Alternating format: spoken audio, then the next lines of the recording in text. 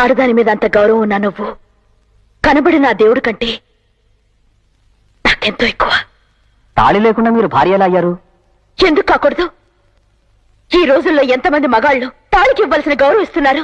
ఎంతమంది మగాళ్ళు వాళ్ళ భార్యలు కంటితడి పెట్టకుండా చూసుకుంటున్నారు? ఎంతమంది మగాళ్ళు వాళ్ళ భార్యల కష్ట సుఖాల్లో పాలు పంచుకుంటున్నారు? చెప్పండి. తనని నమ్మి వచ్చిన ఆడదాన్ని ప్రాణానికి ప్రాణంగా చూసుకోవడం, చివరిదాకా కంటికి రెప్పలా కాపాడమే తాళి యొక్క పరమార్థం. తాళి కట్టాక తల్లిలా హక్కును చేర్చుకోవాలి, బిడ్డలా లాలించాలి, తండ్రిలా కాపాడాలి, అన్నదమ్ముల్లా గౌరవించాలి. అలా ఎంతమంది ఉంటారు? కాని రాముడు తాళి కట్టకుండానే నాకివన్నీ చేశాడు. తన ఆవేశంతో గోడలు కట్టి నన్ను కాపాడాడు. నన్ను గడ్డిపూ సోకినా భరించలేని రాముడు మనసులో ఏనాడు నా మీద చెడు ఆలోచన రాలేదు. ఓ మగాడిలా నన్ను దైవంలా చూసుకున్నాడు.